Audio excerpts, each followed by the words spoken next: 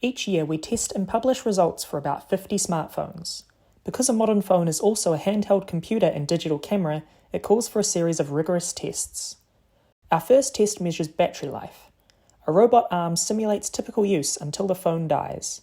The phone is mostly on standby, with internet use, photography, and phone calls sprinkled throughout the day. Each phone is tested at maximum brightness and at a standard brightness of 300 nits. Next, the phone's cameras are tasked with capturing a variety of scenes, including moving subjects and test patterns. Scenes are tested in both daylight and low light, with and without flash. For video, we also assess image stabilization. Each camera mode is tested, including the selfie camera. The resulting images are compared via analysis software and subjective expert assessment. To assess call quality and reception, we attach the phone to a dummy head with an artificial ear in an echoless chamber. We record the incoming and outgoing sound on calls both with and without ambient noise. We also place the phone in a shielded box and measure signal strength that way.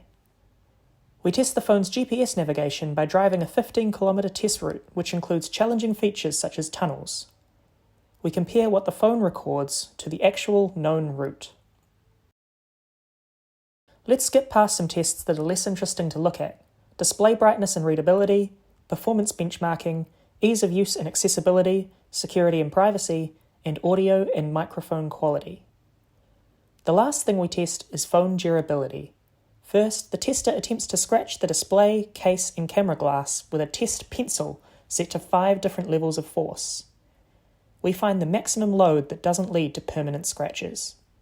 For foldable phones, our robotic arm makes a triumphant return. It opens and closes the phone hundreds of times to see if any faults crop up in the display or the hinge. Next, we simulate dropping a phone from waist height. Phones are turned on, placed in a tumbling drum, and dropped 80 centimetres onto a stone base.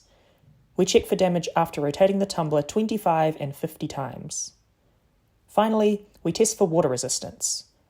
Phones are placed under a rain simulator for 5 minutes. Devices that claim IP7 water resistance are also submerged for their rated duration and depth. Afterwards, we test the phone's functionality immediately, then each day for 3 days. Check out our test results to compare how dozens of models performed in all of these tests.